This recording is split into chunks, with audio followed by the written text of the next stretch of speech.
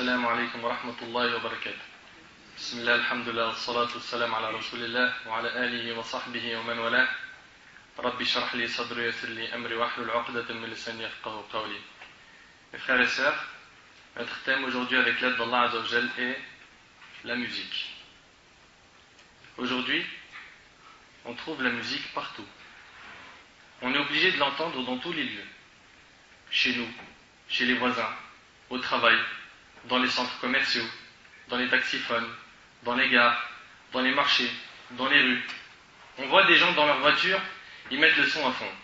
Dans leur maison, pareil, et ils ouvrent bien la fenêtre pour qu'on écoute ce qu'ils entendent. Parfois, dans les transports, on a des gens ivres qui rentrent avec des guitares ou des instruments de musique et se mettent à chanter. Et malheureusement, il est très difficile aujourd'hui de s'en préserver tellement elle s'est propagée. Ce dégât, qui est la musique, s'est propagé même chez nos frères et sœurs qui pratiquent la religion sérieusement. Ce qui est étonnant, c'est que quand on retourne dans nos bleds, qui sont pour la plupart des pays musulmans, on voit que la musique est inévitable. C'est des fois pire qu'ici. Tu te dis, je suis dans un pays musulman, je ne vais pas faiblir, je ne vais pas entendre de la musique toute la journée, et tu as la surprise de revenir en ayant appris toutes les nouveautés, orientales et occidentales. Que tu le veuilles ou non, tu es forcé de l'entendre. Chez nous, par exemple, en Égypte, tu es plus que forcé d'apprendre les nouvelles chansons tellement tout le monde écoute ça à fond. La musique a éloigné beaucoup de gens de la religion. Beaucoup ont choisi d'écouter du son, de la musique, et se sont détachés des enseignements de la religion. Ils ne vont plus à la mosquée, veulent plus entendre parler de rappel, ni même écouter du Coran. Wallahi, j'ai connu des frères, c'était des frères, masha'Allah, Wallahi al-Adim. Ils venaient avec nous dans la mosquée, ils faisaient la salat, et d'un seul coup, je ne le vois plus. Disparition. Et il avait la barbe, masha'Allah, il portait la sunna extérieure et tout. Il n'y a plus rien. Mais qu'est-ce qui s'est passé? Après, t'as vu, maintenant, je fais des clips, et ça, et la mosquée, c'est pas compatible. La musique détourne de la religion, éloigne de la religion. Ils vont plus à la mosquée, ils veulent plus entendre de rappel, ni même écouter du Coran. Mes frères et sœurs, ceci est un rappel pour les jeunes au sujet de ce qui pousse à commettre l'adultère, à ce qui pousse au libertinage, à pervertir les mœurs, le comportement et les habitudes. Il s'agit des sifflements sataniques, il s'agit de la musique qui, hélas, a chassé le Coran du cœur de beaucoup de nos jeunes. La musique qui est la voix de Satan, comme on va le voir, a pris de l'importance et s'est propagée même chez les musulmans. On l'achète à prix fort. On dépense de grandes sommes pour acheter les dernières chansons, assister aux concerts. Tu vois le jeune tout fier de sortir de la FNAC avec un nouvel album à la main, ou tout fier d'avoir téléchargé le dernier clip de tel chanteur ou chanteuse, ou tu les vois tout fiers de se rendre dans les concerts, sans parler des conséquences au niveau de la mode, parce qu'il faut qu'on leur ressemble à ces chanteurs, puisqu'on en a fait des stars et des étoiles. Vous savez ce qu'est une star? En anglais, star veut dire étoile. C'est ce que les voyageurs utilisaient avant pour se diriger la nuit. Ça veut dire que ces stars dirigent notre vie. On les reconnaît aux premières notes, ou dès le premier regard. Tout le monde les connaît, petits ou grands. Leurs photos sont partout. On les voit dans les journaux, les clips, les émissions de télévision. Et ils en ont même qui leur sont spécialement dédiés. On les entend dans plusieurs fréquences radio. Ces stars, ces chanteurs, ces chanteuses, on les entend sur Ado, Skyrock, Génération, Voltage, Fun Radio, Énergie, et j'en passe. Les chanteurs, on sait tout de leur vie. Combien de fois ils se sont mariés? Avec qui? Combien de fois ils ont divorcé? Le prénom de chacun de leurs enfants, leur date de naissance, leur date de décès pour ceux qui sont morts, leur surnom, les couleurs qu'ils aiment, et même leur goût, que ce soit dans les vêtements ou la nourriture. Plutôt que de s'occuper de leur vie, ils préfèrent regarder la vie des stars. En ce qui concerne les compagnons du prophète sallam, tu peux questionner n'importe quel jeune qui aime beaucoup la musique en lui disant « Peux-tu me donner le nom de 10 compagnons ?» Hélas, un grand nombre de nos jeunes sont incapables de le faire. Par contre, quand tu leur demandes le nom de 20 chanteurs, ils te répondent bien sûr, c'est facile. Mais tu les veux de quelle nationalité, de quelle origine? T'en veux 20 combien? 20 Tunisiens, Algériens, Syriens, Égyptiens, Français, Espagnols, Italiens? Tu les veux filles, garçons? Si tu leur en demandes 20, il peut t'en citer 50. Alors que ce même jeune, si tu lui demandes le nom de 10 compagnons, il te dira « Bon, alors laisse-moi réfléchir. Il y a déjà Abu Bakr. Alhamdulillah, je connais Abu Bakr. Omar. J'ai entendu aussi à la mosquée Uthman, je crois. Et Ali. Et après? Et après, rajoute. Quoi, il y en a d'autres? C'est ceux-là les compagnons. Miskin, il t'en cite 4. Et encore un. 4, je suis gentil. Il y en a, ils en connaissent aucun. Les compagnons, il y en a eu plus de 100 000. Et là, ces jeunes ne peuvent donner qu'un ou deux ou trois ou quatre noms de compagnons et pas plus. Si tu demandes des informations sur les chanteurs, les sportifs, les acteurs, les comédiens, les jeunes peuvent t'informer sur leur vie entière. Mais les compagnons du prophète sallallahu alayhi wa sallam sont inconnus pour eux. Wallahi al-azim, nos frères et sœurs sont en perdition. Ils n'ont plus d'identité, plus rien de profitable à quoi s'accrocher. Les chanteurs et les acteurs sont devenus des modèles pour nos jeunes. Ils s'habillent de manière efféminée de telle sorte que tu n'arrives même plus à savoir si c'est un homme ou une femme. Les gens suivent l'exemple des stars comme des moutons. S'ils mettent des jeans déchirés, ils vont mettre des jeans déchirés. S'ils teignent leurs cheveux en violet, en rouge, en rose, ils vont faire la même chose. S'ils font des dégradés à blanc, se rasent la tête, portent des lunettes Ray-Ban, Cartier, Fred ou autres, ils vont se presser de les imiter. S'ils portent des bijoux ou des boucles d'oreilles, dans le nez, dans la langue ou autre, ils diront « il nous faut les mêmes pour être les premiers à suivre la nouvelle mode ». Alors que si un cheikh leur dit pendant 50 ans qu'il faut se lever le matin pour faire la prière du Fajr, s'éloigner de la fornication, personne ne le suivra à part ceux à qui Allah a fait miséricorde. Les jeunes d'aujourd'hui accrochent les photos des stars dans leur chambre à coucher. Ils ont leurs images sur leurs vêtements. Ces gens-là sont des symboles pour eux. Sans compter que plein de jeunes ne dorment qu'avec leur voix dans leurs oreilles en les écoutant. Pour eux, c'est comme ça qu'on dort en beauté. Il éteint la lumière, met la musique et son ennui, il est en train de faire son kiff. Alors qu'en réalité, tu es en train de faire kiffer Iblis, qu'Allah nous en préserve. Au lieu de dormir avec Ayat al-Kursi, au lieu de dormir avec les du'a du Naum, au lieu de dormir avec du Coran dans les oreilles, il dort avec la musique. La musique, la voix de Satan. Savez-vous ce qu'il y a derrière la musique? La réponse, une armée impressionnante de chanteurs, d'acteurs, de sportifs. Chaque jour, il y en a des nouveaux. Il y en a tellement qu'on ne les connaît plus. Et derrière chaque nouvelle star, des armées entières de fans. On a même des émissions pour découvrir les nouvelles stars et leurs talents. On leur demande de chanter, danser, et de cette manière, ils deviennent des étoiles.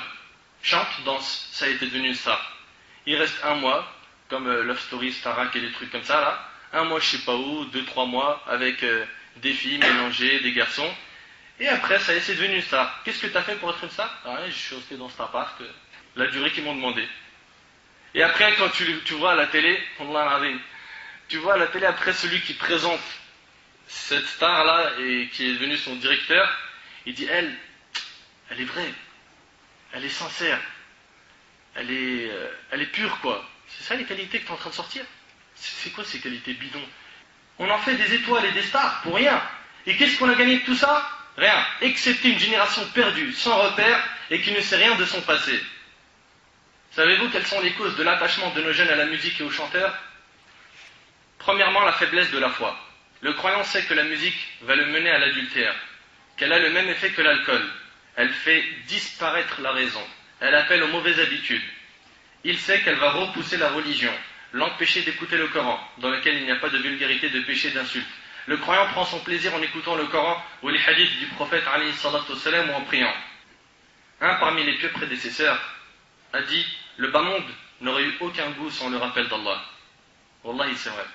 Ce bas monde, sans le rappel d'Allah, il n'aurait eu aucun goût. Si tu ne peux pas trouver l'occasion sur terre de recharger ta batterie, crois-moi, la dunya, elle vaut rien. Le bas monde n'aurait eu aucun goût sans le rappel d'Allah. L'au-delà n'aurait eu aucun goût sans le pardon d'Allah. Et le paradis n'aurait eu aucun goût sans la vision d'Allah Azza wa Jal.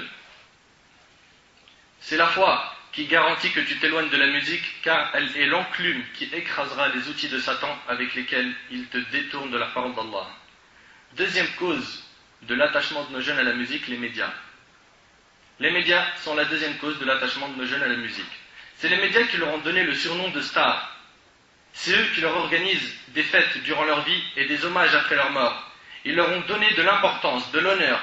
Ils leur ont fait des films, des séries, des émissions pour que les gens les prennent comme modèles. Pour certaines stars, ils leur ont fait des statues pour se rappeler d'eux. Les médias en ont fait des héros et des martyrs après leur mort. Regarde les cérémonies nationales auxquelles ils ont droit après leur mort. Les médias présentent ces stars à chaque occasion. Ils ont même inventé des occasions exprès pour eux. La fête des mères, Saint-Valentin, le jour de l'an, les anniversaires, etc. Ils sont aussi présents lors des mariages, des baptêmes, même le jour de l'Aïd. Et pendant le Ramadan, on en voit certains dans les chaînes musulmanes chanter et danser.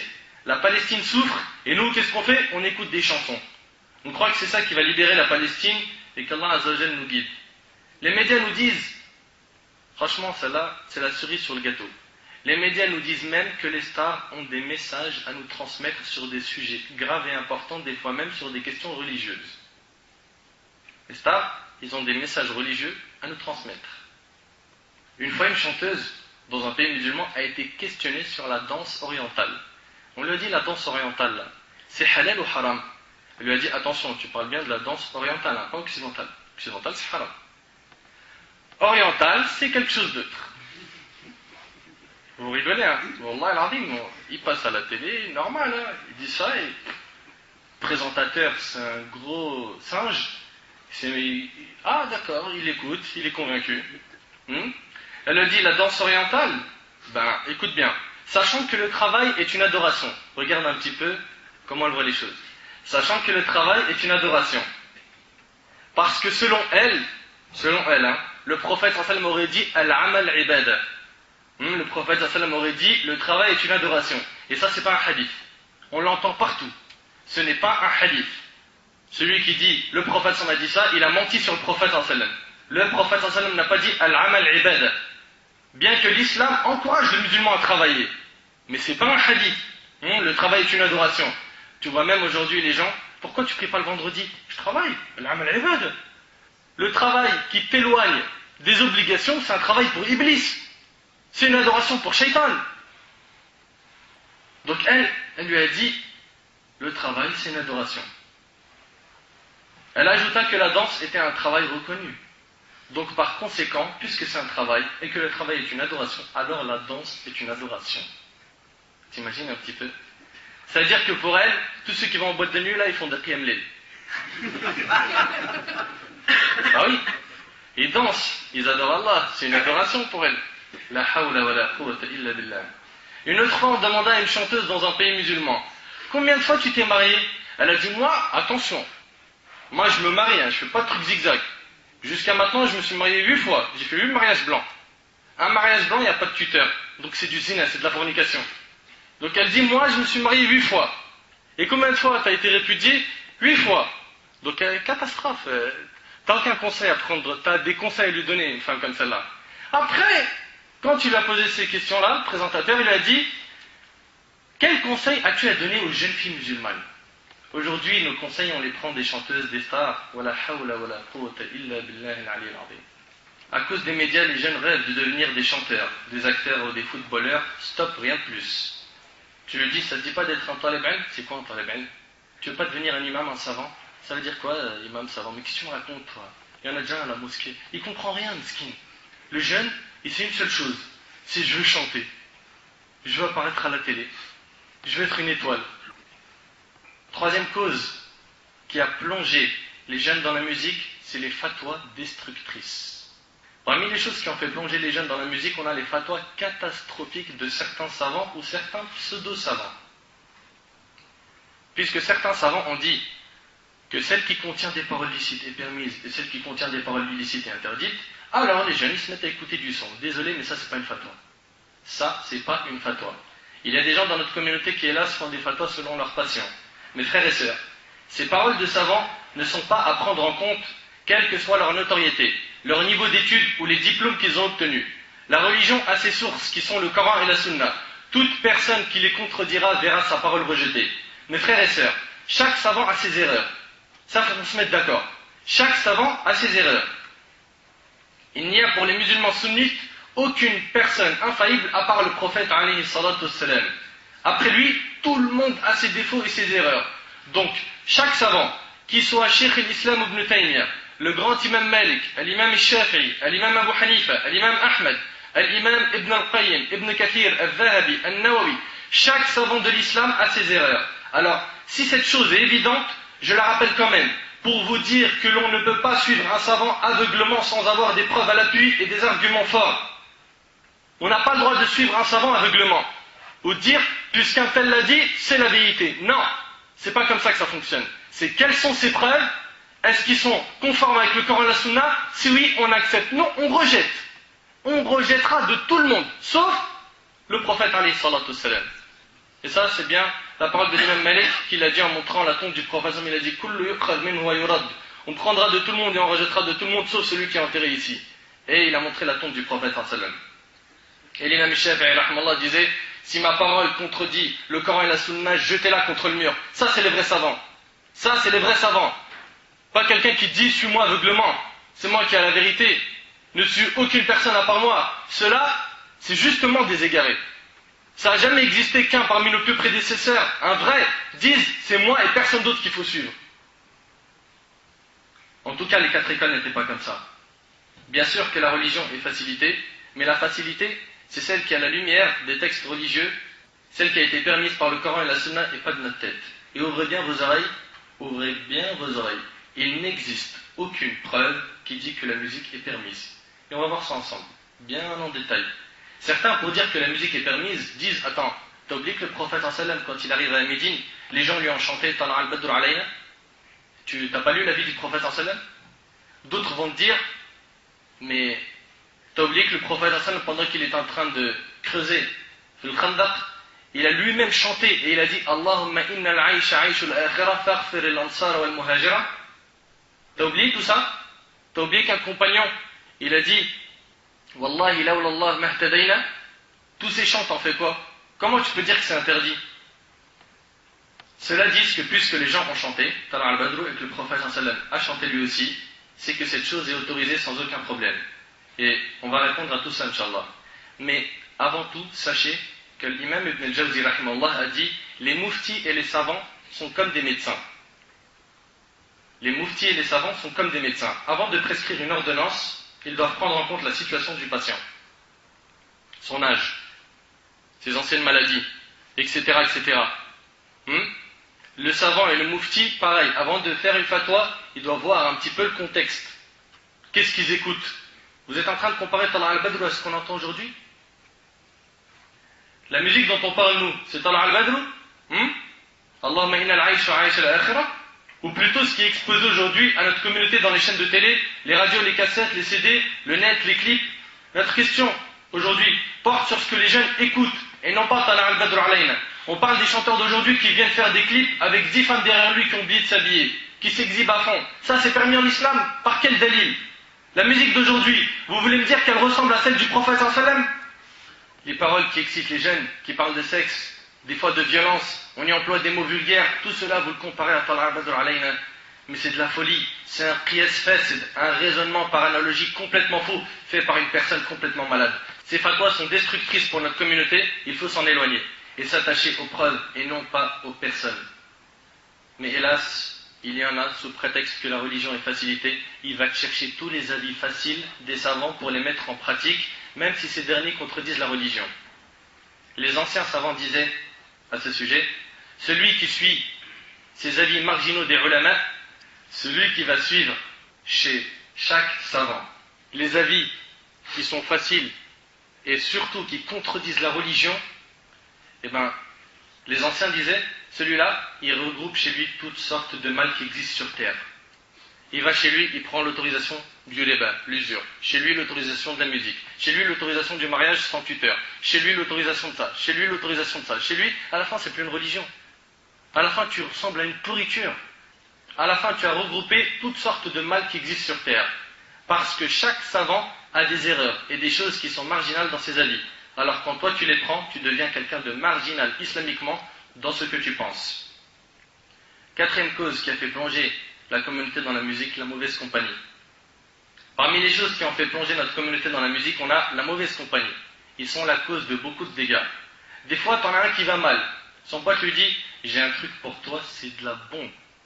Ça va te remettre bien. Tu seras OP. Prends ce CD de musique, allonge-toi sur ton lit, allume une bonne petite clope ou un joint et fais-toi un kiff. En règle générale, ce que les jeunes donnent à leurs potes pour les soulager de leurs soucis, c'est des choses qui détruisent la foi. Cigarettes, joints, de l'alcool, de la drogue. Ou bien, il va lui dire, viens, on va voir des filles, on décompresse. Ou écoute cet album, il déchire. Mon frère, ma soeur, ce genre d'ami va te perdre, éloigne-toi de lui. Je suppose que vous attendez de savoir si la musique est permise ou non. Puis tout à l'heure, tu nous as fait une intro, mon frère, elle dure 4 siècles moins quart. Ça serait bien que tu viennes aux preuves maintenant. La réponse, oui, la musique est illicite.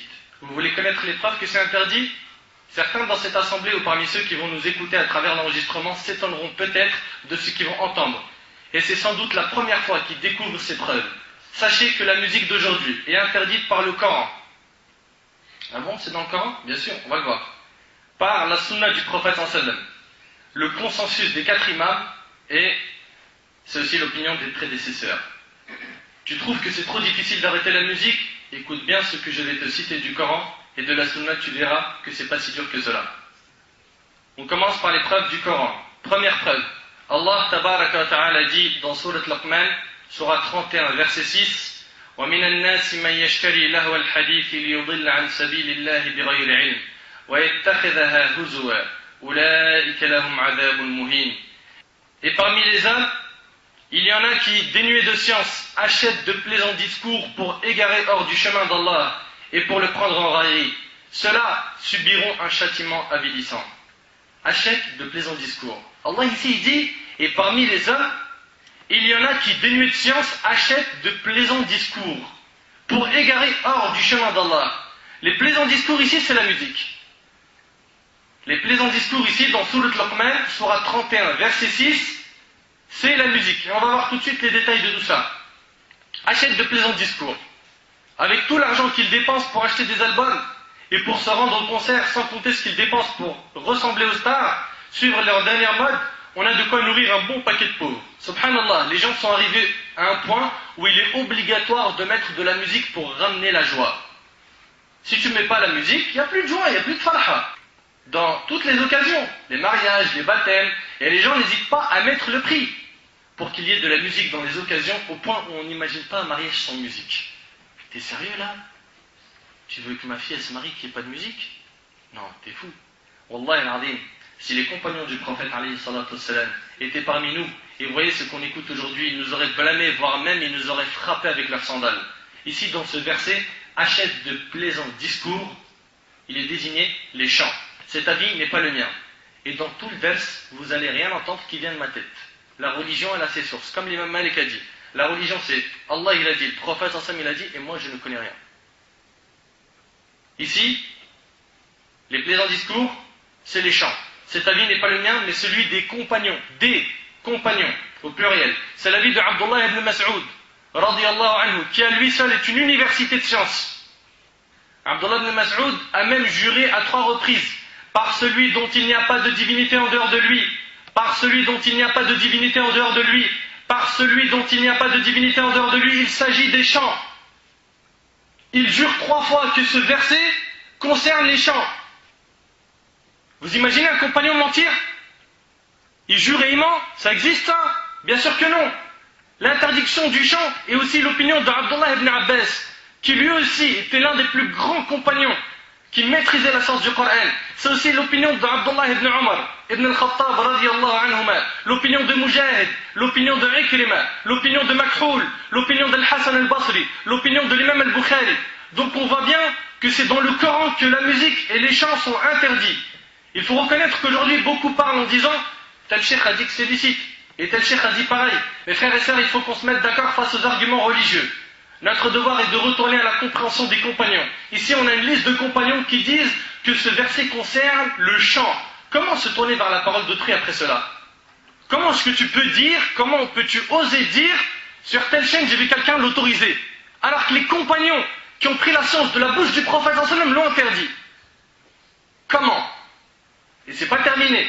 Le verset de Surat Luqman signifie que certaines personnes achètent, que certaines personnes composent, que certaines personnes se procurent, que certaines personnes inventent des morceaux de musique pour détourner les gens de la parole d'Allah. Ceux-là subiront un châtiment avilissant.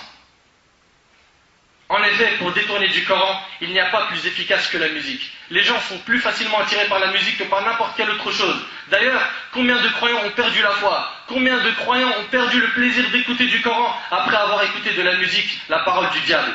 Et dans le verset qui suit, on voit l'état de beaucoup de musulmans lorsqu'on leur met du Coran. Allah tabaraka wa ta'ala dit, dans le même verset, dans Surat Luqman, وَإِذَا تُتْلَى عَلَيْهِ آيَاتُنَا وَلَّى مُسْتَكْبِرًا كَأَن لَّمْ يَسْمَعْهَا كَأَنَّ فِي أُذُنَيْهِ وَقْرًا فَبَشِّرْهُ بِعَذَابٍ أَلِيمٍ. Et quand on leur récite nos versets, à ceux-là qui achètent les plaisants discours pour égarer les gens du sentier d'Allah, Et quand on leur récite nos versets, ils tournent le dos avec orgueil, comme s'ils ne les avaient pas entendus.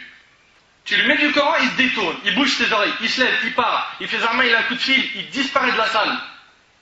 Comme s'il y avait un poids dans ses oreilles. Fais-lui donc l'annonce d'un châtiment douloureux. C'est pas ma parole, mes frères et sœurs, c'est la parole d'Allah Azza wa Jal. Et sachant qu'on est musulman, on se doit de se plier à ces versets et les hadiths qu'on va écouter. Ces gens-là qui écoutent la musique, pourraient-ils écouter le Coran autant qu'ils écoutent la musique? Sachez qu'il y a deux amours qui ne se réunissent point dans un seul cœur. L'amour de la parole d'Allah et la parole du diable. Il y a deux amours qui ne se réunissent pas dans un cœur. S'il y en a un qui pénètre le cœur, il chassera l'autre automatiquement. L'amour de la parole d'Allah et l'amour de la parole du diable. La parole du diable ici, comme vous avez compris, c'est la musique. Quelqu'un qui aime le Coran et qui a fait rentrer le Coran dans son cœur chassera automatiquement la musique de son cœur. Ils ne resteront pas les deux dans son cœur. Et celui qui aime à fond, bien comme il faut, la musique, c'est impossible qu'il aime le Coran et c'est impossible que les deux se réunissent dans le cœur. Il chassera le Coran automatiquement. Mes frères et sœurs, quelles sont les paroles que vous avez chassées de votre cœur? Les paroles du miséricordieux ou les paroles du diable? Faites très attention, c'est très dangereux. Sachez que la musique est le Coran du diable. Cette appellation est rapportée d'après les tabi'in. Le prophète alayhi salatu wassalam l'aurait également prononcé. Qatada rahimahullah relate, une fois descendu sur terre, Iblis dit: Seigneur, tu m'as maudit, que vais-je faire? Allah subhanahu wa ta'ala lui a répondu: la sorcellerie. Quel sera mon Coran? Continua Iblis. Écoutez bien, Allah lui a répondu: ton Coran sera la poésie. Ton Coran sera la poésie. Et mon écriture, Allah lui dit: ton écriture sera le tatouage. Et ma nourriture, toute bête morte et tout aliment consommé sans avoir prononcé le nom d'Allah. Et ma boisson, tout ce qui enivre. Lui répondit Allah subhanahu wa ta'ala: et où habiterai-je? Dans les marchés. Les marchés, c'est les maisons du diable. Quelle sera ma voix? Allah lui a dit: ta voix sera les instruments de musique. Sa voix sera les instruments de musique. Comprenez bien que les instruments de musique, c'est la voix de Shaitan, la voix de Satan. Et il lui a dit: aimez à pas les femmes. Il est donc établi que ce hadith ne remonte que jusqu'à Qatada. Cependant, At-Tabarani il a rapporté dans son Mu'jam, d'après Abu Umama, d'après le prophète alayhi salatu wassalam. Dans son livre Makaïd al-Shaitan, Wahiyaluh, Ibn Abi Dunya rapporte également, d'après Abu Umama radiyallahu anhu, que le prophète alayhi salatu wassalam a dit: une fois descendu sur terre, Iblis dit: Seigneur, tu m'as fait descendre sur terre et tu m'as voué à la perdition. Désigne-moi une demeure. Le hammam, répliqua Allah. Désigne-moi un lieu de séjour, continua Iblis. Les marchés et la croisée des chemins. Désigne-moi une nourriture, tout aliment consommé sans avoir prononcé le nom d'Allah. Et attention, ce hadith-là, c'est pas Qatada, c'est le prophète alayhi salatu wassalam lui-même qui le cite. Et après, désigne-moi une boisson, tout ce qui est en livre. Désigne-moi un muezzin, la flûte. Désigne-moi un Coran, la poésie. Le chant, c'est le Coran du diable. Désigne-moi une écriture, le tatouage. Désigne-moi un langage, le mensonge. Désigne-moi des messagers, les devins. Désigne-moi des appâts, les femmes. On voit donc dans cette première preuve que le chant est cité dans le Coran, dans Surat Luqman, et que les instruments de musique et les chants ont été appelés par les pieux prédécesseurs, par le prophète sallam, comme le Coran du diable, comme la voix du diable. Deuxième preuve du Coran, Allah dit dans Surat 17, verset 64: وَاسْتَفْزِزْ مَنِ اسْتَطَعْتَ مِنْهُمْ بِصَوْتِكَ وَأَجْلِبْ عَلَيْهِمْ بِخَيْلِكَ وَرَجْلِكَ. Allah s'adresse à Satan en lui disant: excite par ta voix ceux d'entre eux que tu pourras. Rassemble contre eux ta cavalerie et ton infanterie. Selon Abdullah ibn Abbas, radiyallahu anhuma, la voix de Satan ici excite par ta voix. Le son de Satan, sa voix, c'est le chant. Et c'est aussi l'opinion de Mujahid rahimahullah. Wallahi, certaines personnes, et c'est triste à dire, sont touchées par la musique au point où ils peuvent verser des larmes. Ou des fois on les trouve plus que joyeux. Il peut être heureux quand il écoute du son et malheureux quand il écoute du son. Alors que lorsqu'ils écoutent le Coran, ils ne ressentent absolument rien. Il finit sa chanson, il pleure. Il écoute du Coran, on dirait un mur. Comme Allah l'a dit dans le Coran, dans Surat Al-Baqarah, Surat 2, verset 171, Summun bukmun umyun fahum la ya'qilun. Sourd, muet, aveugle, il ne raisonne point. Le vrai croyant est plutôt celui dont son cœur vibre lorsqu'il écoute le Coran. Allah dit dans Sourate Al-Anfal, Sourate 8, verset 2, إِنَّمَا الْمُؤْمِنُونَ الَّذِينَ إِذَا ذُكِرَ اللَّهُ وَجِلَتْ قُلُوبُهُم وَإِذَا تُلِيَتْ عَلَيْهِمْ آيَاتُهُ زَادَتْهُ إِيمَانًا وَعَلَى رَبِّهِمْ يَتَوَكَّلُونَ. Les vrais croyants sont ceux dont les cœurs frémissent, frissonnent, vibrent quand on mentionne Allah.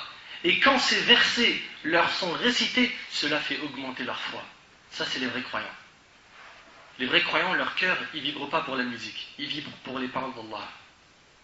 Et ils placent leur confiance en leur Seigneur. Si ton cœur ne frissonne pas après l'écoute du Coran, sache que ta foi est faible.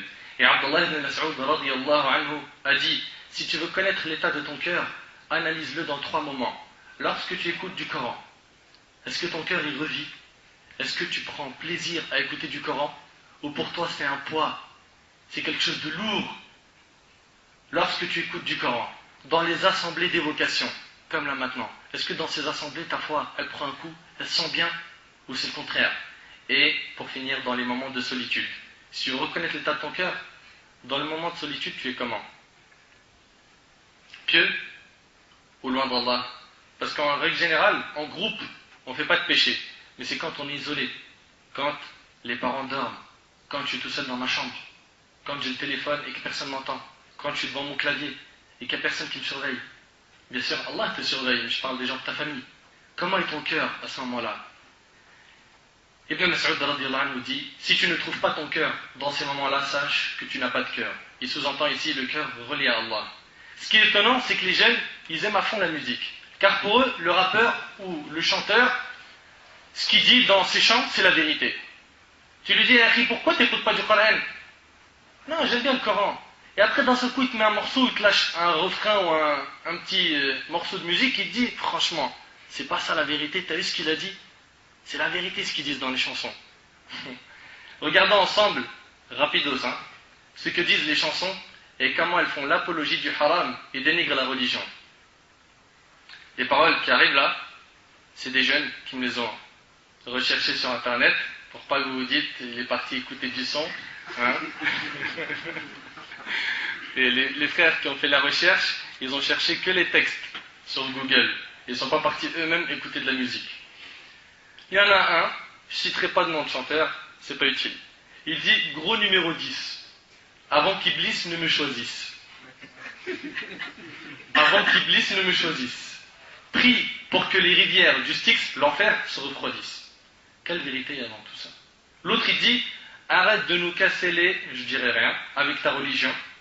Fais-moi voir tes photos souvenirs du paradis. Regarde un peu ce qu'ils écoutent les gens. Ou l'autre il dit, le ciel ne répond pas. Shaitan a fait le premier pas. Les traîtres et ma chaîne en roro me tirent vers le bas. C'est ça la vérité?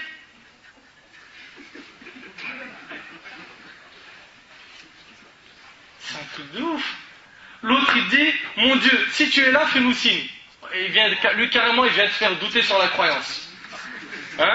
Mon Dieu, si tu es là, fais-nous signe.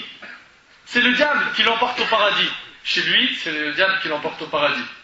L'avenir est incertain. Et après, la surprise, c'est parce qu'on danse avec le diable. Masha'Allah.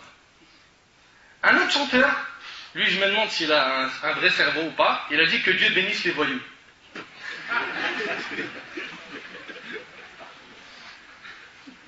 Franchement, je vous laisse faire les commentaires vous-même. C'est criminel tout ça. Un autre, il a dit, écoute bien celui-là. Allah, c'est la folie. Je me suis contenté d'en prendre quelques-uns. Il y avait des catastrophes, il y avait des trucs, je ne pouvais pas les dire à la mosquée, j'ai dit, allez, hop, on rase. Un autre, il dit quoi? Avant les récits, avant Jésus-Christ, et même avant le Big Bang, dis-moi, d'où on vient? Sommes-nous des rêves? Dis-moi, où on va? Mesquine, tu crois qu'on est des rêves, tu sais pas où on va? Mesquine. Mesquine, il sait pas où on va. Tu verras où on va. Un autre complètement fou aussi, il dit, celui qui bédave, qui dédicace à tous les rouleurs. Sahtek mon pote. Qui ne sent pas les coups et les douleurs. Franchement, je vois pas, quand un jeune il me dit le son c'est la vérité, pour moi ça c'est de la poubelle. C'est de la poubelle. 0. 0 sur 1 million, pas 0 sur 10. Un autre a chanté même, et Wallah al-Azim, ça a été le poignard dans mon cœur quand j'ai entendu ça. il a chanté des versets du Coran. Bismillah ar-Rahman ar-Rahim, il est parti balancer des morceaux de Coran. Dans les boîtes de nuit, on m'a dit, on danse sur les versets du Coran.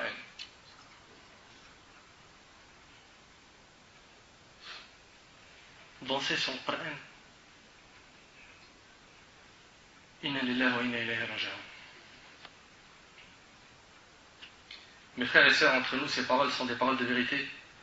Avez-vous oublié qu'Allah subhanahu wa ta'ala a dit dans Surat al-Zumar, Surat 39, verset 23, Allahu nazzala ahsan al-hadithi kitaban mutashabiha.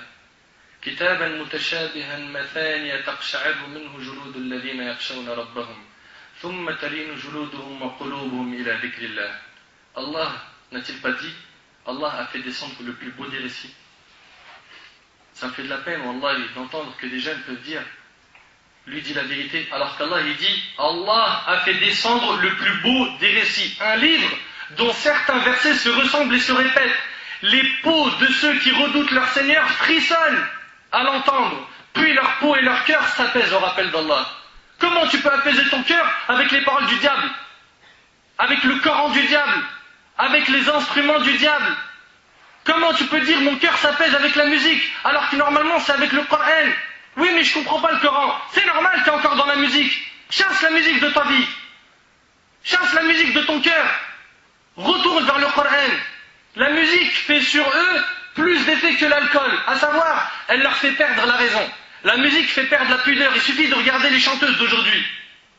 Troisième preuve, toujours du Coran, Allah dit dans Surat al-Najm, Surat 53, versets 59 à 61, أَفَمِنْ هَذَا الْحَدِيثِ تَعْجَبُونَ وَتَضْحَكُونَ وَلَا تَبْكُونَ وَأَنْتُمْ سَامِدُونَ. Quoi?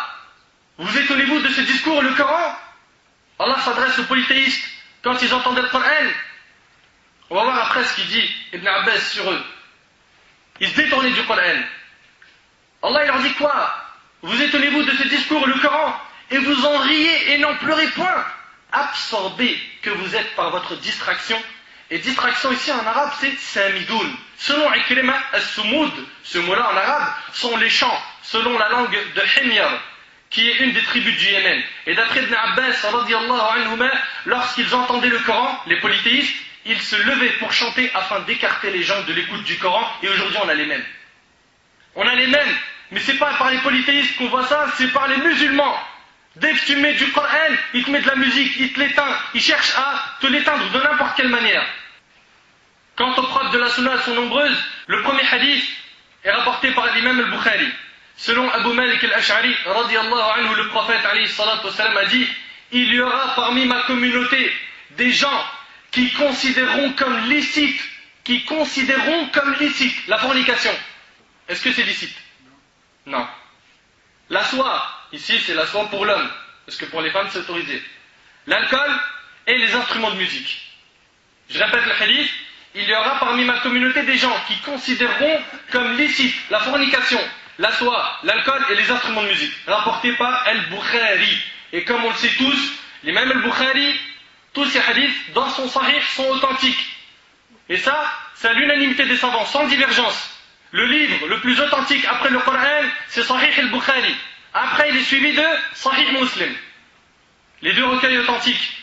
Dans Sahih al-Bukhari, le prophète sallam dit qu'il y aura des gens parmi ma communauté qui vont considérer que ces choses-là sont licites. Et il cite 4 choses. La fornication, on sait que c'est haram. La soie pour l'homme, on sait que c'est haram. L'alcool, on sait que c'est haram. Et il met au milieu les instruments de musique. Et il dit considérons licites. Donc ils sont illicites. Cela veut dire qu'à la base, la musique est interdite, puisque l'on ne rend pas autorisé une chose qui l'est déjà. De plus, dans ce hadith, les instruments sont cités avec des choses qui sont clairement interdites. Cheikh al-Islam ibn Taymiyyah rahimahullah a dit, ce hadith prouve l'interdiction de tous les instruments de musique. Tous les instruments de musique. Revoir Majmou al-Fatawa. Guitare, piano, flûte, batterie, violon, même le DJ avec ses platines, tout ça c'est haram. Tout ça c'est haram. C'est pas haram de ma bouche, c'est de la bouche du prophète alayhi salatu wassalam. Le prophète alayhi sallam a même dit dans Sahih al-Bukhari qu'Allah azza wa jal, vers la fin des temps, transformera ces gens qui ont autorisé l'adultère, la soie, le vin et les instruments de musique en singes et en porcs. En singes et en porcs. Et c'est rapporté par al-Bukhari. Ce n'est pas cité dans les livres de sciences que l'on a vu à l'école, mais Allah tabaraka ta'ala l'a enseigné au prophète alayhi salatu wassalam.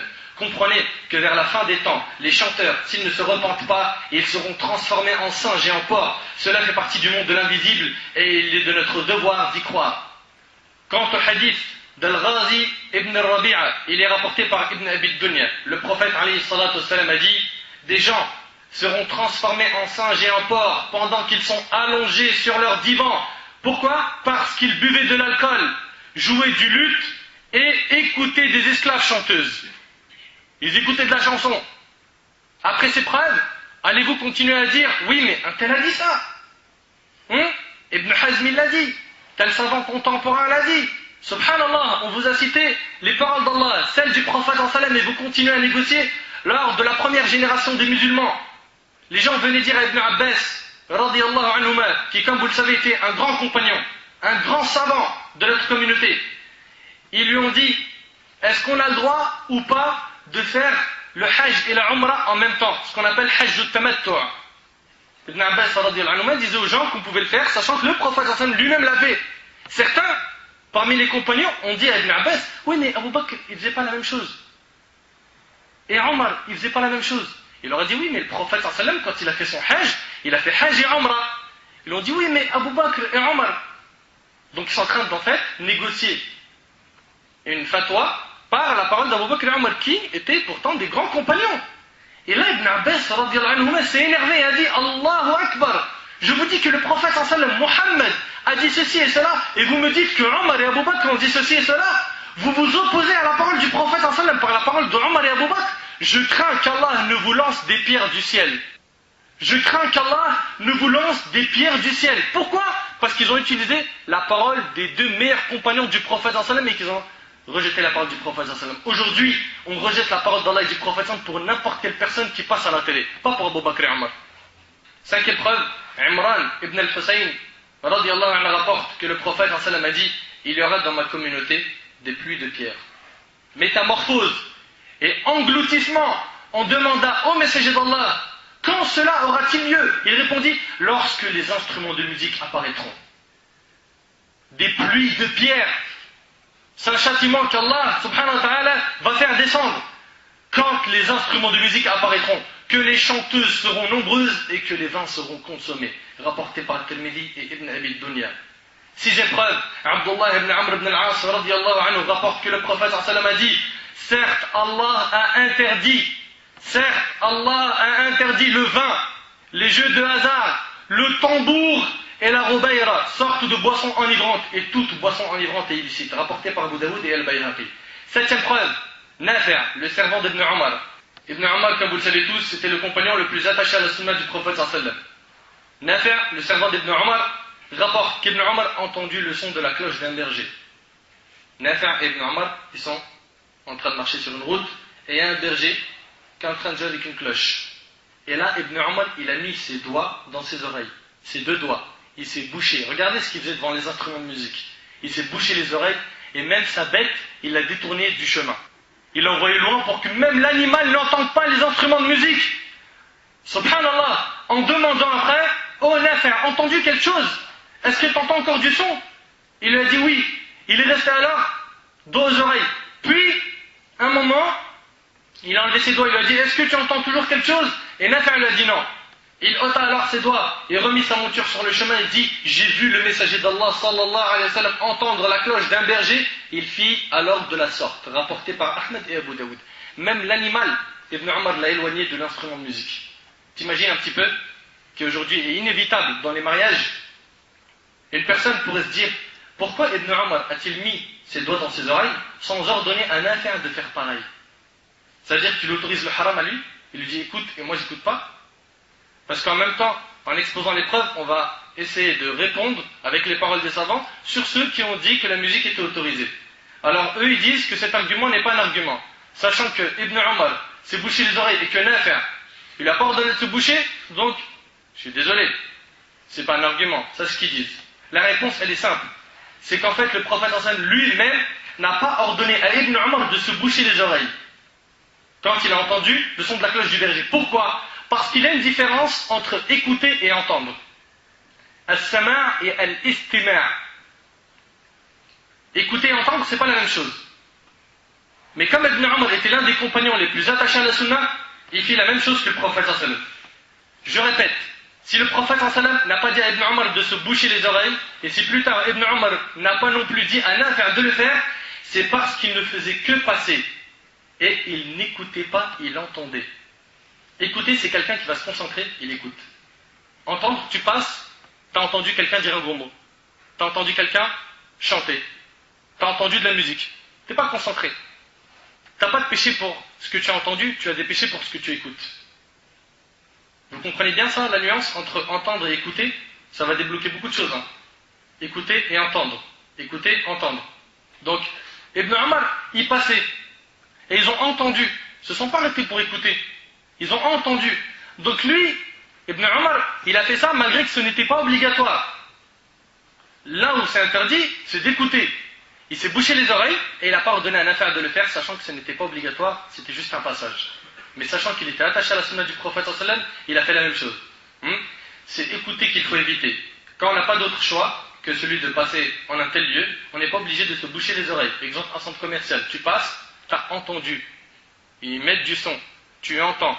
Par contre, si tu t'arrêtes et tu commences à écouter, tu dis « Ah, ce morceau il est bien », là t'écoutes, là tu as des péchés. C'est pourquoi, si le prophète sallallahu alayhi wa sallam a choisi de le faire, lui, il n'a pas ordonné à Ibn Omar de le faire aussi. Plus tard, Ibn Omar a agi de même, sans ordonner à Nafi' de le faire. Ce n'était pas obligatoire. Pour revoir plus de détails, Majmou' al-Fatawa d'Ibn Taymiyyah, Al-Mughni d'Ibn Qudama. D'ailleurs, Cheikh al-Islam Ibn Taymiyyah dit pas mal de choses à ce sujet dans le Majmou'.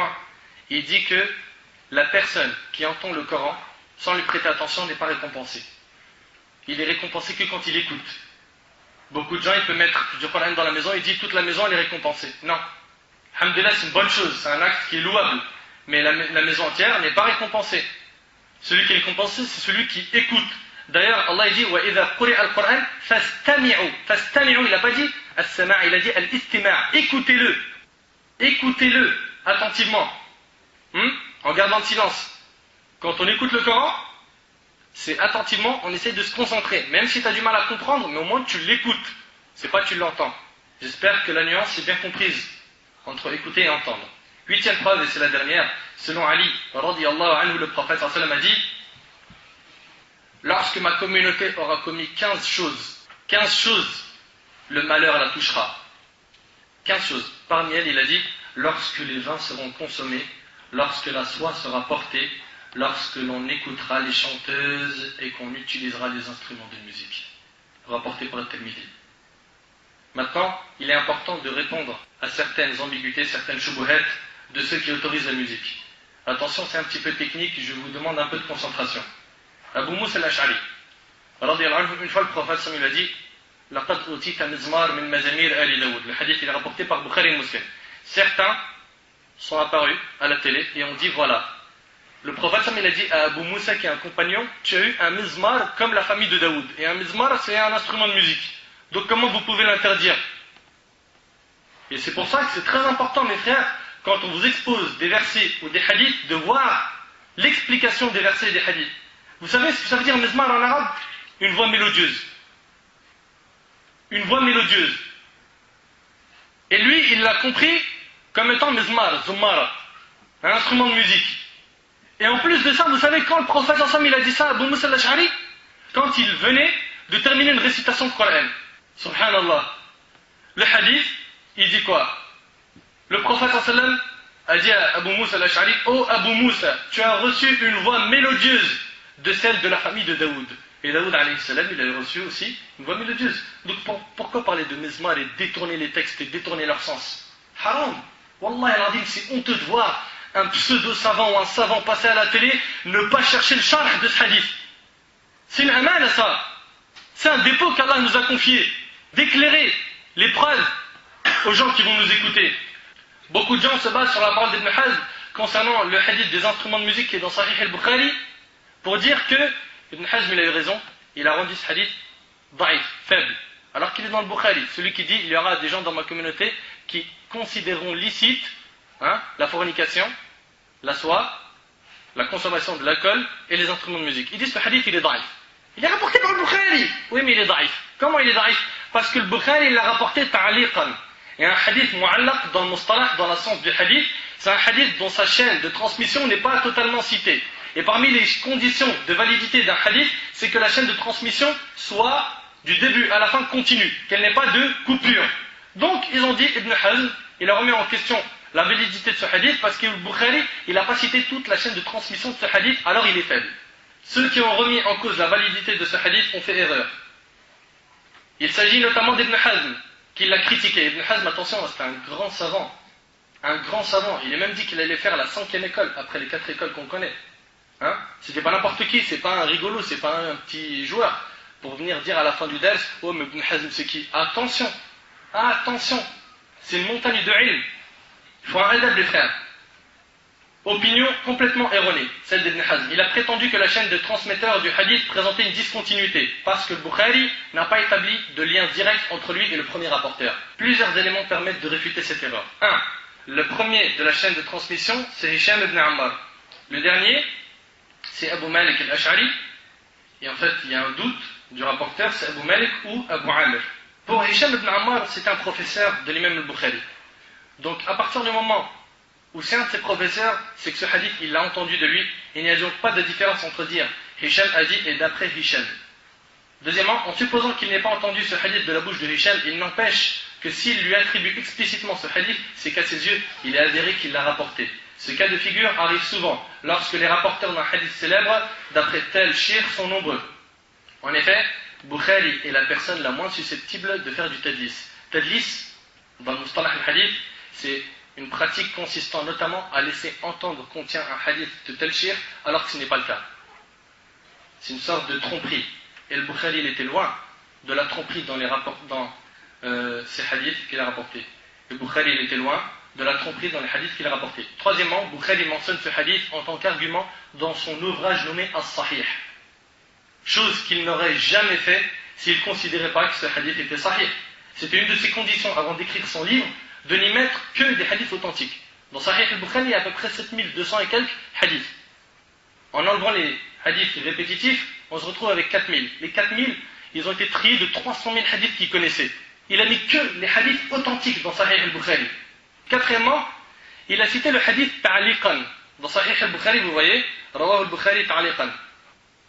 Il a cité ce hadith ta'liqan, c'est-à-dire que la chaîne du hadith est citée partiellement. Cela ne pénalise pas le hadith si l'expression employée par Bukhari est une affirmation catégorique.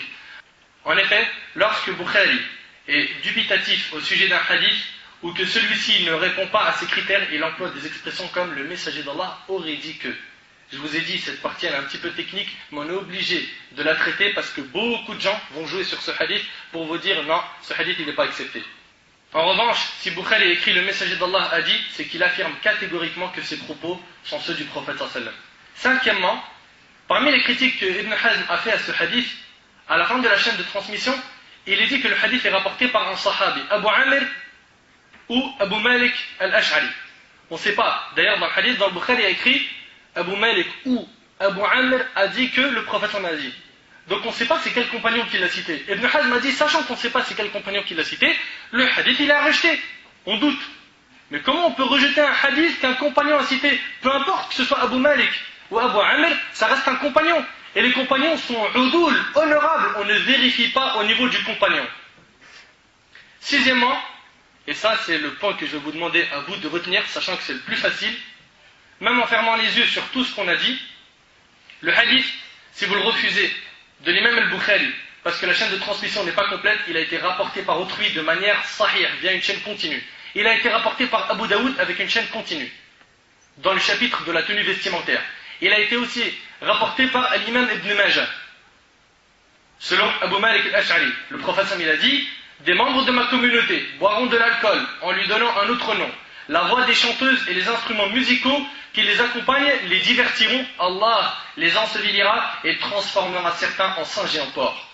Ben voilà, tu le refuses de l'imam al-Bukhari. Il existe chez Ibn Majah avec une chaîne de transmission complète. Elle est même devant moi, rapportée dans Sunan Abdullah ibn Saïd, d'après Ma'al ibn Isa, d'après Muawiyah ibn Salih, d'après Hatim ibn Hurayth, d'après Malik ibn Abi Maryam, d'après... La chaîne de transmission elle est complète, jusqu'au bout. On le rejette de Bukhari, qu'on l'accepte chez Ibn Majah, qu'on l'accepte chez Abu Daoud. Il est aussi rapporté par Abu Bakr al-Ismaili dans son ouvrage As-Sahih, Parmi ceux qui rapportent ce hadith aussi, via une chaîne continue, on a Ibn Hibban, Al-Tabarani, Al-Bayhaqi, Abu Nu'aym, Ibn Asakir, Al-Imam Al-Zahabi, Al-Imam Ibn Hajar, et la liste est bien plus grande.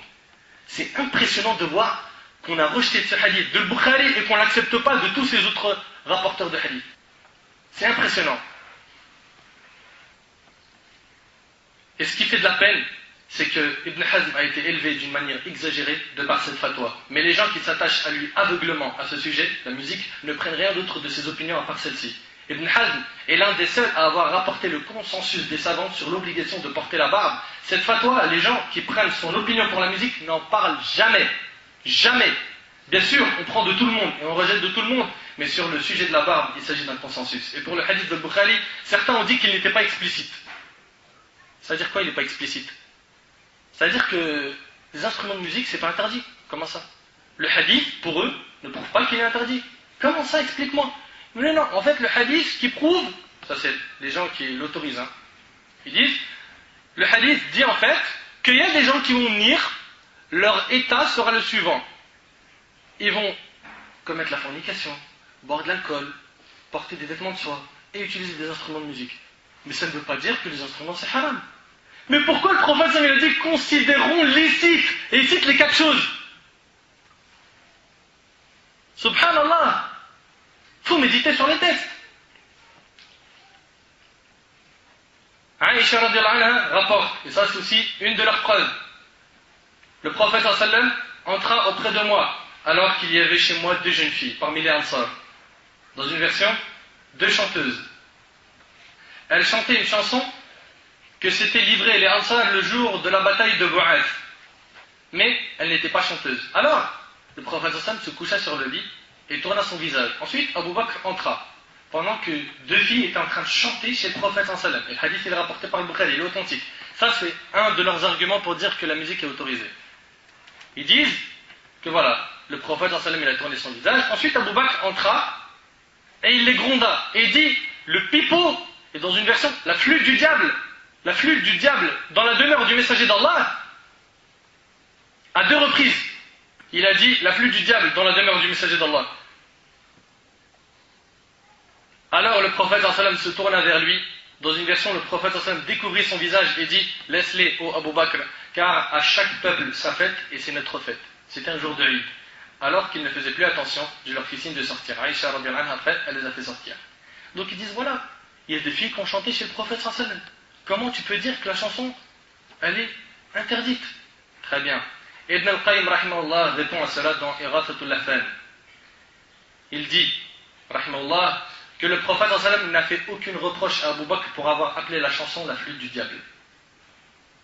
Qu'est-ce qu'il a dit Abu Bakr? Il a dit la flûte du diable dans la demeure du messager d'Allah.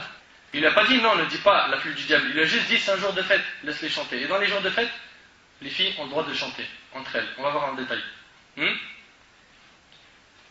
Il accepta l'acte des 2 filles car elles n'avaient pas encore l'âge de responsabilité. Des petites fillettes, elles ne sont même pas encore pubères. Des petites filles qui chantent. Le prophète les a laissées. En plus, c'est un jour de Eid. Et dans les jours de Eid et dans les fêtes, mariage, etc., les filles ont le droit de chanter. Et on va voir après en détail.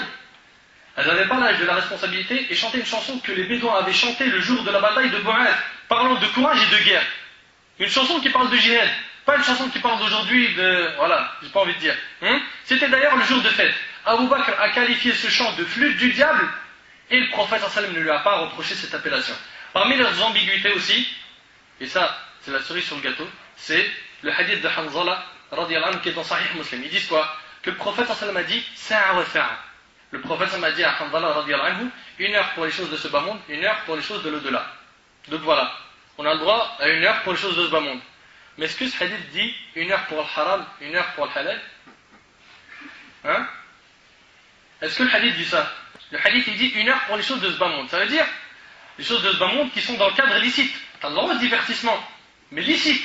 Tu veux sortir par exemple avec ton épouse, tu veux jouer avec tes enfants, il n'y a pas de problème. Dans un cadre licite. Ça ne veut pas dire 1 heure haram, 1 heure adoration. Ne comprenez pas ça mes frères et sœurs. Maintenant on passe aux paroles des savants. Il faut bien comprendre que la musique qui est connue aujourd'hui est interdite. Et voici un certain nombre de paroles de savants à son sujet, qui sont pour la majorité dans Irathatul Lahfan d'Ibn al-Qayyim al-Jawziyya rahimahullah, qui était l'élève à Ibn Taymiyyah. Uthman ibn Affan, radiyallahu anhu, 3e calife de l'islam, a dit « Je n'ai jamais chanté. je n'ai jamais chanté. Il s'est désavoué du chant et se vante de ne pas l'avoir pratiqué toute sa vie. Aujourd'hui, même les personnes âgées chantent toute la journée, alors qu'ils devraient plutôt lire du Coran ou faire du dhikr. Le poète, Labid, rahimahullah, lorsqu'il s'est reconverti à l'islam, il abandonna la poésie. Les gens lui demandèrent pourquoi. Il dit parce que le Coran a coupé la langue de tous les poètes. Si les gens connaissaient le Coran, ils ne trouveraient aucun goût dans la musique. Ibn Mas'ud radiyallahu anhu a dit, le chant fait pousser l'hypocrisie dans le cœur, tout comme l'eau fait pousser les plantes. Muhammad ibn al-Qasim, rahimahullah, un élève à l'imam Malik, a questionné l'imam Malik au sujet des chants. Alors que par rapport aux chants d'aujourd'hui, leurs chants étaient des exhortations et des rappels. N'oubliez pas qu'ils étaient à Médine. L'imam Malik a dit, Allah n'a-t-il pas dit dans Sourate Yunus, Sourate 10, verset 32, فَمَاذَا بَعْدَ الْحَقِّ إِلَّا الضَّلَالِ. Au-delà de la vérité, qu'y a-t-il donc sinon l'égarement? Il répondit bien sûr. L'imam Malik lui dit alors, les chants font-ils partie de la vérité ou du faux? Et l'imam Malik fut questionné au sujet des savants qui rendent le chant permis. Il dit, ce sont les pervers qui le font. Pour les Malikites, ouvrez bien vos oreilles. Puis l'imam Malik fut questionné aussi au sujet d'un homme qui achète une servante, puis qui se rend compte que c'est une chanteuse. Il répondit qu'il la rende pour le défaut qu'il a découvert en elle. Muhammad ibn al-Qasim, toujours l'élève à l'imam Malik, a questionné l'imam Malik au sujet des chants, en lui disant, est-ce que c'est halal ou haram? L'imam Malik lui a dit, lorsque viendra le jour du jugement, et qu'on amènera le vrai et le faux, pour toi, la musique sera avec le vrai ou le faux? Entre nous, mes frères et sœurs, vous pensez que ces gens qui chantent, qui dansent aujourd'hui, seront derrière le prophète sallam et les compagnons sur la terre du jour du jugement? Son élève, l'imam Malik, lui dit, ils seront sûrement avec le faux. C'est pas possible. On va mettre le vrai et le faux le jour du jugement. La musique, vous la mettez où? Dans le vrai ou dans le faux? Son élève a dit, ils seront sûrement avec le faux. Et là, l'imam Malik lui dit, lève-toi, tu as répondu à ta question. Al-Fudayl ibn Iyad, rahimahullah, un grand savant de notre communauté, parmi les pieux prédécesseurs, a dit, au sujet de la musique, c'est l'incantation de l'adultère. Ruqyatu zina. C'est l'incantation de l'adultère. Muhammad ibn Yusuf, l'élève d'Abu Hanifa, a dit que le juge peut emprisonner le chanteur. Vous imaginez un petit peu l'expulser ou le chasser s'il n'arrête pas. L'imam Shafi'i, rahimahullah, a dit, j'ai laissé une chose en Irak que l'on nomme at-tafdir. Il s'agit d'un instrument de musique. Il n'est pratiqué que par les faux dévots. Az-zanadiqa. Il dit aussi qu'un homme qui a une servante qui chante devant d'autres hommes est un dayouf. Un dayouf, c'est quelqu'un qui autorise le dévergondage à sa famille. Et cela est interdit en islam. L'imam Ahmad, quant à lui, a dit sur la musique, elle fait pousser l'hypocrisie dans le cœur, et seuls les pervers font cela. Subhanallah. L'imam Abu Hanifa, quant à lui, il a été le plus dur des savants des 4 écoles sur le sujet de la musique. Il a dit, le fait de l'écouter est de la perversion, et le fait d'y prendre plaisir est de la mécréance. Il parle ici de la petite mécréance. Vous imaginez un petit peu? Mes frères et sœurs, après avoir entendu l'opinion des 4 écoles, qui ont dit que c'était haram, on ne veut pas entendre, oui mais un tel a dit, et un tel a dit, la science s'arrête chez les 4 écoles. On vous a cité Coran, Sunna, opinion des compagnons des 4 écoles, et vous n'êtes toujours pas convaincus. Hélas, beaucoup de nos frères et sœurs préfèrent suivre leur passion que le Coran et la Sunna. Wa inna lillahi wa inna ilayhi raji'un.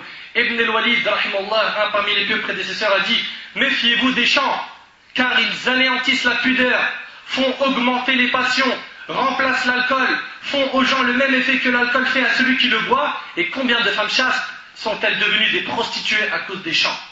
Mes frères et sœurs, les instruments de musique sont illicites tout le temps. Tout le temps. Et ceux qui disent que les hadiths sont daïfs sur les instruments de musique se sont trompés. Quant au chant non accompagné d'instruments, à la base, le chant est illicite. Mais il est permis dans certains cas. Premièrement, que les femmes ne le fassent que pour leur mari. Une femme qui veut chanter une chanson où il n'y a pas de mauvaises paroles, de grossièreté, pour son mari, ou pour ses enfants, ou le reste de leur mahram, ou dans une assemblée où il ne se trouve que des femmes, comme dans les mariages ou le jour de l'Aïd. Une petite fille a le droit de chanter devant son père et ses oncles, c'est halal. Que l'homme ne le fasse que devant ses mahrams. Sa mère, par exemple, un homme qui vient chanter par exemple un nashid ou une belle poésie à sa mère. Il n'y a pas de mal. Les femmes entre elles ont le droit de chanter, on l'a cité, comme dans les mariages. Les hommes entre eux ont le droit de le faire, bien sûr, on parle de chant religieux. Un homme, il veut dire, je vais vous faire écouter une poésie, un bayt shi'ri. Il a le droit. D'ailleurs, même le prophète sallam, il avait demandé à Hassan ibn Thabit, un parmi les poètes, monte sur le minbar et récite-nous une poésie. Par contre, une femme n'a pas le droit de chanter devant un homme étranger à elle, qui n'est pas son mahram. Cela est un manque de pudeur de sa part. Mes frères et sœurs, est-il permis à la femme de faire l'appel à la prière, le adhan? On a déjà vu une femme faire l'adhan dans une mosquée? La réponse, non. On ne lui permet pas de dire la parole de l'unicité à voix haute, de dire Allahu Akbar, et on lui autorise de chanter devant des hommes. Agib.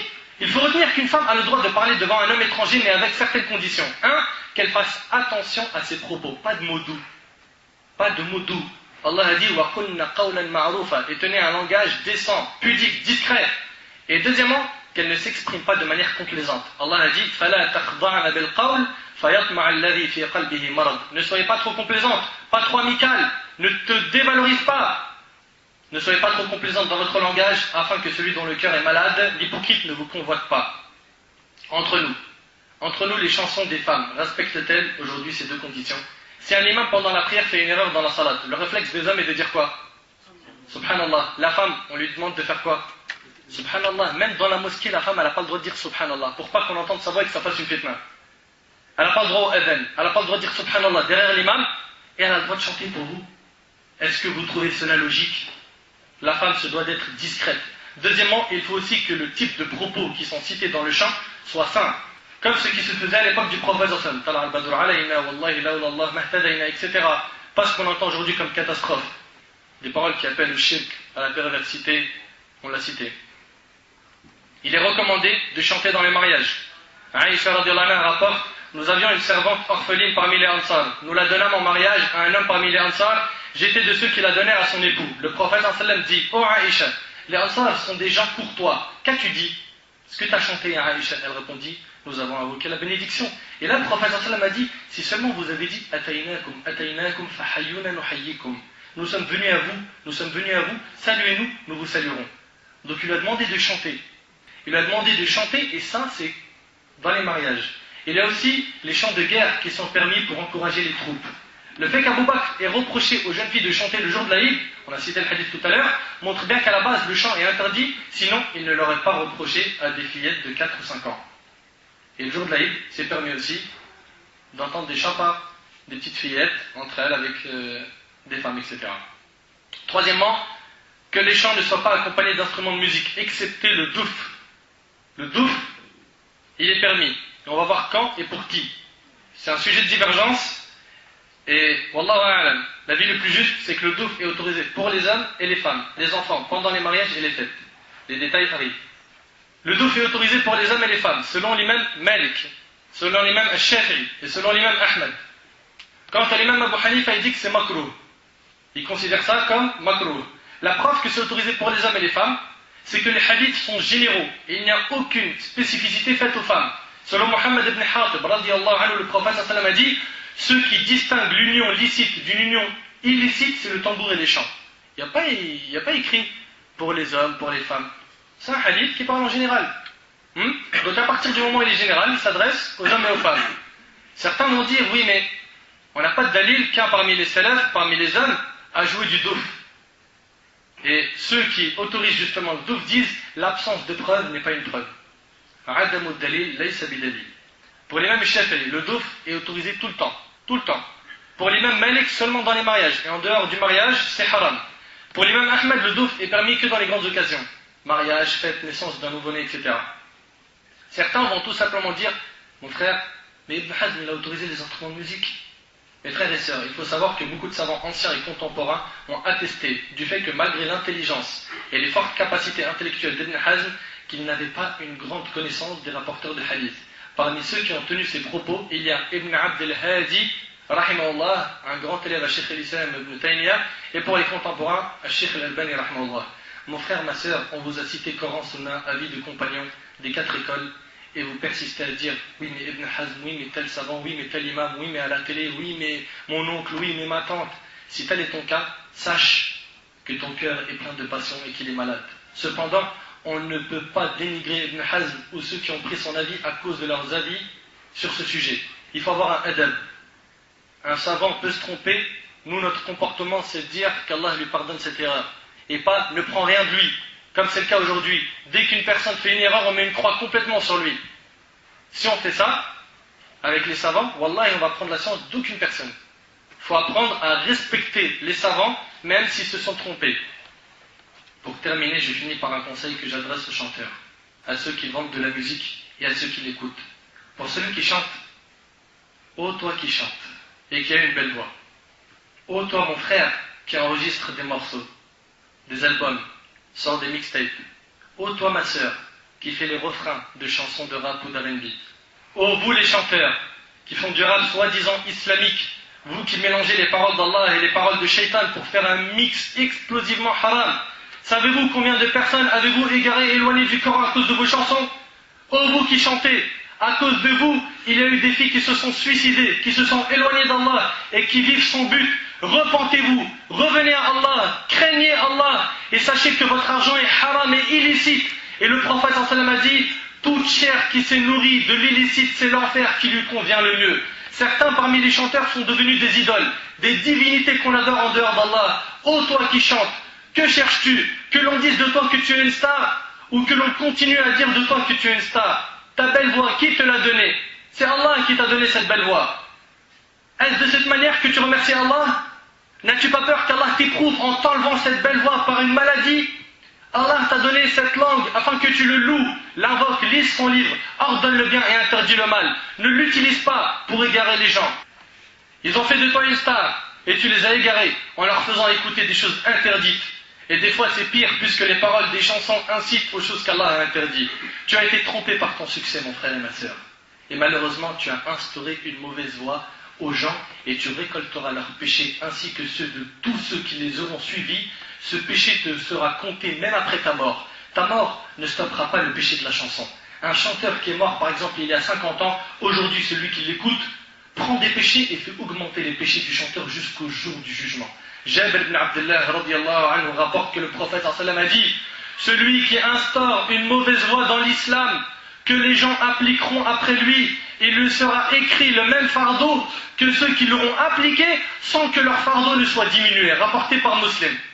Donc mon frère, toi qui chantes, sache qu'après ta mort, si tu ne te repens pas, après ta mort, tes péchés augmenteront. Chaque personne qui écoutera une seconde de ton audio, il y a un péché qui s'inscrit dans ton compte.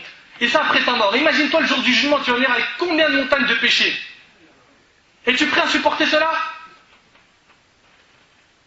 Tes péchés ne te suffisent pas? Ou tu n'es peut-être pas assez convaincu des preuves qu'on a citées? Ou tu préfères peut-être adorer tes passions? Suivre tes passions, prendre tes passions pour Dieu. Si tel est ton cas, sache qu'aujourd'hui tu as été prévenu et le jour du jugement tu n'auras aucune excuse, aucune. Allah tabaraka wa ta'ala a bien interdit le chant et a dit, et parmi les hommes il en est qui dénués de science achètent de plaisants discours pour égarer hors du chemin d'Allah. Quant à ceux qui vendent de la musique dans leur boutique, sachez que votre argent est illicite. Changez cette saleté par des choses licites. Si c'est ça ton métier, change de métier. Si tu es un vendeur de chansons, tu es un chanteur, tu fais des morceaux, tu fais des mix, tu travailles dans les salles de musique, tu es une personne qui assiste à un chanteur ou autre, éloigne-toi de cela. Éloigne-toi de la musique mon frère, avant qu'il ne soit trop tard pour toi le jour du jugement. Éloigne-toi, tu seras triste. Pareil pour le DJ qui se fait le kiff là, derrière les platines et la table de mixage. Crains Allah, ton métier est haram. Ne sois pas une cause d'égarement de notre jeunesse, crains Allah. Abu Umama radiyallahu anhu rapporte que le prophète sallallahu alayhi wa sallam a dit, il n'est pas permis de vendre les chanteuses, ni les acheter, ni d'en faire aucun commerce. Leur prix est illicite. Le prix des chanteuses est illicite. Donc le prix de ton argent gagné par la musique, mon frère et ma sœur, toi qui chantes, est haram. Et ça c'est par la bouche du prophète sallallahu alayhi wa sallam. Et le hadith est rapporté par At-Tabarani dans le Kabir. Il est aussi interdit de louer les services d'un orchestre, même s'il est prétendu islamique, d'une chanteuse lors des fêtes comme les mariages, baptêmes et autres. Aujourd'hui, les mariages sont composés que de ceux qui rendent en colère Allah. La musique est devenue un pilier du mariage, où son absence rendrait le mariage illégal. Et quand tu leur dis pourquoi faites-vous cela, ils répondent c'est la nuit de la joie. C'est la nuit de la joie. Vous appelez cela la nuit de la joie? C'est une joie pour vous de désobéir à Allah. Les flûtes du diable font votre bonheur. Moi j'appelle cela plutôt la nuit de la désobéissance, la nuit du grand péché. Et j'ai deux questions à poser. Le mariage est-il une adoration? Oui ou non? Le hajj est-il une adoration? Le hajj on le fait une fois dans la vie, le mariage en règle générale aussi une fois dans la vie. Pour le hajj on s'applique, on lit des livres pour le rendre conforme au Coran et à la Sunna, et pour le mariage on laisse au diable, aux instruments de shaitan. Alors que c'est une fois dans la vie et c'est une adoration. Pourquoi ne pas s'appliquer dans le mariage? Tu rentres dans les mariages des musulmans aujourd'hui, il y a le son à fond. La mariée danse. Il est possible même qu'elle enlève son hijab. C'est la nuit de la joie. La nuit de la joie. C'est la joie ça, d'enlever ton hijab, de t'exhiber, de devenir une fitna. Le mari danse, la femme elle danse, sa mère danse, son père qui n'arrive même pas à se tenir debout, il danse avec sa moustache électrique. Tu peux même mettre des versets du Coran qui parlent du paradis pendant le mariage. Ils te diront de les enlever, car ce n'est pas un enterrement, c'est un mariage. Il faut le DJ, tu fous le son à fond, un bon morceau de rail suivi de l'R&B, et tu finis tout ça par un morceau de classique pour faire vibrer les gens. Et après on s'étonne du nombre de divorces et de couples qui se déchirent, alors que pour le fonder, on a joué de la flûte du diable jour et nuit. Comment on peut espérer voir la tendresse entre les époux et la bénédiction d'Allah sur eux après de tels mariages? À quoi ressemblera la descendance de ces derniers qui ont commencé l'union avec le Coran du diable? Notre jeunesse a un but, un message à faire passer. Ô toi le chanteur, ne leur bloque pas le passage avec ta musique. Et pour ceux qui l'écoutent, craignez Allah et revenez à ce qui vous est profitable. Jetez vos CD de musique. Supprimez les musiques de vos ordinateurs. Clic droit, videz la corbeille. Supprimez la musique de vos téléphones, que ce soit dans vos sonneries ou vos répondeurs. Aujourd'hui, tu laisses un message à un frère, t'entends pas, t'entends de la musique, et après, c'est quoi ça? C'est quoi ça? Supprimez la musique de vos sonneries, de vos répondeurs, de vos iPods, de vos iPhones, de vos MP3. Je vous rassure, j'ai fait la même chose. Quand j'écoutais du son, mon meilleur ami, c'était un DJ. Mon meilleur ami. Et je distribuais, qu'Allah me pardonne, des CD de mix, de funk et d'R&B au quartier en lot. Et quand j'ai su que c'était interdit, ça a été comme vous maintenant, un poignard dans le cœur. J'ai pris tous ces CD, je les ai jetés à la poubelle. J'ai réfléchi au début, j'en ai trop. Est-ce que c'est pas mieux de les donner à quelqu'un qui s'appelle le Shaitan? Et à la fin, on m'a dit que c'était haram de donner quelque chose de haram. Ils ont fini à la poubelle. Mes frères et sœurs, ça doit finir à la poubelle. À la poubelle. Mes frères et sœurs, la communauté a besoin de vous. On veut que vous soyez comme les compagnons du prophète sallam, que vos cœurs soient attachés au Coran, à la prière, aux adorations. Mes frères et sœurs, éloignez-vous de ces chanteurs et de ces chansons qui ne font que d'appeler à la perversité, à la vulgarité, au sexe, etc. Repentez-vous, tous, ô vous les chanteurs, et vous qui vendez de la musique avant qu'il ne soit trop tard, car après la mort, on n'a pas de deuxième chance. Ne dites surtout pas que je suis un fanatique, un rigoriste, un dur qui interdit l'art, car par Allah, ce que je vous ai cité ne sont pas mes paroles, mais ceux d'Allah et de son prophète sallallahu alayhi wa sallam et des pieux prédécesseurs, et Inch'Allah, jusqu'à ma mort, je ne me permettrai jamais d'interdire ou d'autoriser une chose qui fait ou non partie de la religion. Il est possible que vous vous dites, si on se plaît à tout cela, les gens se moqueront de nous et ne viendront pas à nos mariages s'il n'y a pas de musique. Nous répondons à cela en disant que le fait d'essayer d'avoir la satisfaction des gens n'est pas une adoration qu'Allah nous a imposée, bien au contraire. Allah a dit وَإِن تُطِعْ أَكْثَرَ مَنْ فِي الْأَرْضِ يُضِلُّوكَ عَنْ سَبِيلِ اللَّهِ. Et si tu devais suivre la majorité des gens sur terre, ils t'égareraient du sentier d'Allah. Toute personne qui cherche à plaire aux gens en commettant ce qui déplaît à Allah, Allah fera en sorte que cette personne récolte l'insatisfaction de la part des gens et la colère d'Allah. Et quant au sujet d'éventuelles moqueries, alors sachez qu'il n'y a pas que vous qui en avez fait l'objet. Et dites aux gens qui vous dénigrent ce qu'avait dit Nuh alayhi salam à son peuple dans Surat Hud, Surat 11, verset 38. Nuh alayhi salam, quand ils se sont moqués de lui, il a dit à son peuple: In taskharu minna fa inna naskharu minkum kama taskharun. Si vous vous moquez de nous, eh bien, nous nous moquerons de vous le jour du jugement, comme vous vous moquerez de nous. Ô serviteurs d'Allah, craignez Allah Azzawajal et méditez sur les versets du noble Coran et tâchez de mettre en application ce qu'il contient comme enseignement et préservez vos sens, votre ouïe, votre vue contre les péchés. Si après tous ces avertissements et ces preuves, vous préférez la voix du diable, le Coran du diable qui est la musique, sachez que le jour du jugement sera pour vous un jour de tristesse, de peine, de regret, de souffrance. Le seul problème, c'est que ce jour-là, il n'y a pas de deuxième chance ni de rattrapage. أسأل الله سبحانه وتعالى أن ينفعني بما قلت وأن ينفعكم بما سمعتم. هذا ما أعلم والله عز وجل أعلى وأعلم. سبحانك اللهم وبحمدك أشهد أن لا إله إلا أنت أستغفرك وأتوب إليك. جزاكم الله خير والسلام عليكم ورحمة الله تعالى وبركاته.